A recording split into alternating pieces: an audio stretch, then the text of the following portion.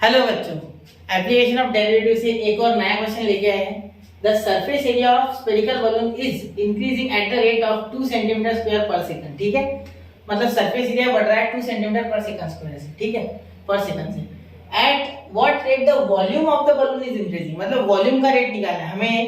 ds, अगर आप surface area को s बोलते हो या a बोलते हो तो dA/dt दिया है। ठीक है, और dV/dt आपको निकालना है। ठीक है, at what rate the volume of the balloon is increasing when radius is 6, मतलब रेडियस फिक्स है आपका 6 सेंटीमीटर। ठीक है, फिलहाल तो 6 है, इस मोमेंट के लिए फिक्स दिया है। ठीक है, चलिए तो शुरू करें। तो सबसे पहले तो ये बलून जो होता है ये स्फेरिकल है, ये ऑलरेडी दिया गया है। मतलब सबसे पहले आपको सरफेस एरिया ऑफ स्फीयर और surface area of volume of sphere का फार्मूला आना है। ठीक है, तो सरफेस एरिया का स्फीयर का फार्मूला होता है टोटल सरफेस एरिया मैं टीएस लिख देता हूँ। Total surface area is equal to 4 pi r square, ये आना चाहिए आपको। ठीक है, क्लियर। अब दूसरा वॉल्यूम ऑफ स्फीयर VOS, ठीक है, वो होता है 4/3 पाई आर क्यूब। ठीक है, ये आपको आना चाहिए। फिर बाकी तो हलवा है। ठीक है, चलिए तो ऑलरेडी उन्होंने क्या दिया है हमें, सरफेस एरिया का जो बढ़ने का रेट है वो दिया हुआ है, जो कि क्या है बेटा, जो कि है आपका ये एक टर्म बहुत इंपॉर्टेंट है इसमें, और ये एक टर्म बहुत इंपॉर्टेंट है, और ये निकालना है। ठीक है, ये अंडरलाइन कर दिया मैं इंपॉर्टेंट वाला। ठीक है, चलिए तो यहाँ देखिए, अब यहाँ क्या दिया आपको, गिवन क्या है सबसे पहले, लेट मैं लिखता हूँ, लेट लिखने से अच्छा मैं लिख देता हूँ, let surface area be A. ठीक है, ए बोल रहा हूँ फिलहाल, तो DA suppose let surface area BA। ठीक है, क्या क्या है वो भी बता देना चाहिए। ठीक है, वॉल्यूम के बारे में बाद में करेंगे, वॉल्यूम BV। ठीक है, इसका वो समझ जाएंगे। ठीक है, उसका टेंशन मत लो। तो dA/dt आपको ऑलरेडी दिया गया है। क्या दिया है आपको dA/dt? को dA/dt दिया है बेटा 2 सेंटीमीटर स्क्वायर पर सेकंड। ठीक है, समझ रहे हो? तो change in area with respect to time, ये आपको ऑलरेडी दिया गया है, ये टाइम के साथ होगा सारा। ठीक है, अब ये आप चाहो तो लिखो ऐसा या सिर्फ 2 लिखो। ठीक है, वो भी चलेगा। अब a की वैल्यू आपको पता है क्या है, 4 पाई आर स्क्वायर, तो वो यहाँ लिखनी है आपको एक्चुअली, वो दोनों यहाँ लिखना स्टार्टिंग में क्वेश्चन में। ठीक है, तो यहाँ आप a की जगह आप क्या लिखोगे, 4 pi r square pi dt।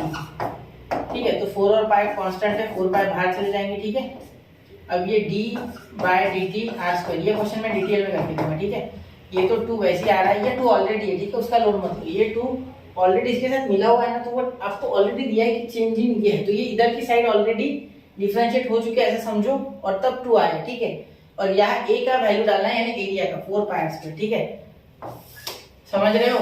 तो बहुत से बच्चे तो ये देखते थे कि मेथड कैसी, तो मेथड से ज्यादा आपको ये फोकस करना है कि क्या हो रहा है। ठीक है, यहाँ 4 पाई तो आ गया बेटा बाहर, तो 4 पाई तो लिखना ही पड़ेगा। ठीक है, इसका क्या हो जाएगा, d/dt आर स्क्वायर। तो आर स्क्वायर का कांस्टेंट है सर? नहीं, बिल्कुल कांस्टेंट नहीं है, ये चेंज हो रहा है बेटा विद रिस्पेक्ट टू टाइम। सोचो स्फीयर का एरिया बढ़ रहा है, तो साथ में उसका रेडियस भी बढ़ेगा। ठीक है, सिंपल बात है, इतना रेडियस तो इतना स्फीयर, इतना रेडियस तो इतना बड़ा स्फीयर, समझ रहे हो? तो वही बोल रहा हूँ, वो तो रेडियस अच्छे से बना भी नहीं बोल रहा। ठीक है, वो इधर ज्यादा खींचा नहीं मैंने, लेकिन आप सोचो इस बात को, सिंपली सोचो, जैसे जैसे बलून फुलाते हो क्या एरिया नहीं बढ़ता है, सर वॉल्यूम नहीं बढ़ता है, तो वैसे वैसे उसका रेडियस नहीं बढ़ता है। सोचो, ठीक है, समझ में? चलो तो 4 पाई, ठीक है, यहाँ क्या हो जाएगा इसका, तो ddx ऑफ x का पावर n वाला फार्मूला सब जानते हैं, n into x का पावर n minus 1। ठीक है, यही फार्मूला लगेगा, तो ये 2 नीचे आ जाएगा। ठीक है सर, 2 नीचे आ गया बिल्कुल, और क्या ये r पीछे लगेगा, बिल्कुल लगेगा, और क्या आ जाएगा, dr/dt आएगा।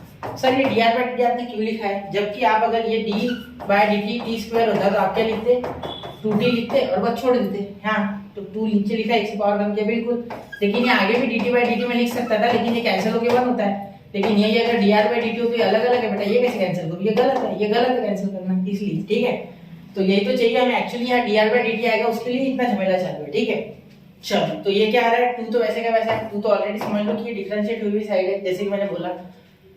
ठीक है, अब यहाँ देखो ये हो गया 8 पाई, और r की वैल्यू कितनी है बेटा, 6, तो इसी के लिए r, इसी दिन के लिए r ने जन्म लिया था, r 6 सेंटीमीटर। ठीक है, चलो क्लियर, इसके होने का उद्देश्य संपूर्ण हो गया, तो dt = 2 तो अब देखो यहाँ 2 से ये 3 बार कट गया, डायरेक्ट काटो या उस साइड जाके काटो, कोई दिक्कत नहीं, ठीक है।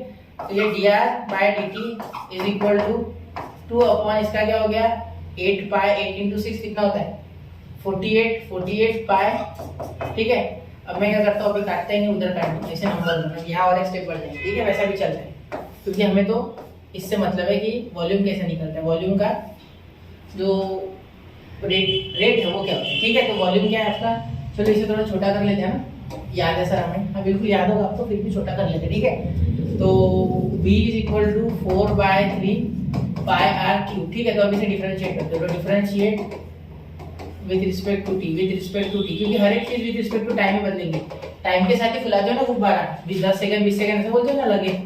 तो dv/dt is equal to 4/3 constant pi constant r cube का डिफरेंशिएशन 3r² इनटू dr/dt, ठीक है। समझ रहे हो ना, क्यूब का क्या हो गया 3 नीचे आया, 1 से कम हो गया, क्यूब 2 आ गया, और dr/dt क्योंकि सेम नहीं इसलिए कटेंगे नहीं, dt/dt होता तो लिखते हैं, ठीक है। चलो अब आगे देखो, यहाँ 3 तो कैंसिल हो गया बेटा, डायरेक्टली तो 3 तो लिखना ही नहीं है। तो dv/dt इज इक्वल टू 4/3 में 3 कैंसिल, तो 4 पाई r का स्क्वायर, यानी r कितना है 6। अभी देखो यहाँ के लिए भी इसका जन्म हुआ है, 6 का स्क्वायर इनटू dr/dt क्या है 2/48 पाई, जो कि मैंने लिखा है, ठीक है। dr ये भी मत समझ लेना, ये r में ऐसे निकाल लो थोड़ा सा घास की तरह, ठीक है, ऐसे तो आप पंचिंग निकाल देगा वैसे, ठीक है।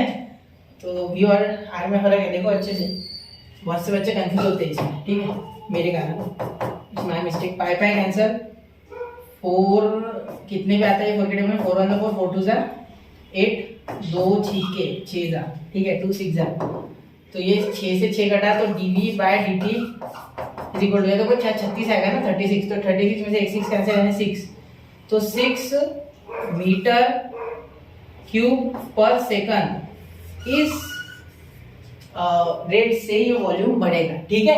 इंक्रीज इस रेट से वॉल्यूम होगा, सेंटीमीटर क्यूब पर सेकंड, इस हिसाब से बढ़ेगा, ठीक है, 6 सेंटीमीटर क्यूब पर सेकंड। तो आप लास्ट में क्या लिखोगे, the rate of increase in volume is 6 centimetre square पर सेकंड, ठीक है। चलिए तो इसे नोट कीजिए बच्चा, या बच्चे से लिखना थोड़ा, the rate of increase of volume of the sphere is 6 centimetre square पर सेकंड, वरना ये भी चलेगा, ठीक है। इसका आधा मार्क्स होता है, और ये आपको समझा के, अगर समझा नहीं होगा तो जो स्टेप नहीं समझो एक बार देखो, मैंने कोशिश की कि मैंने एक पॉइंट कवर किया, ठीक है। पहले तो ये फॉर्मूले लर्न करो, नहीं आते तो, ठीक है।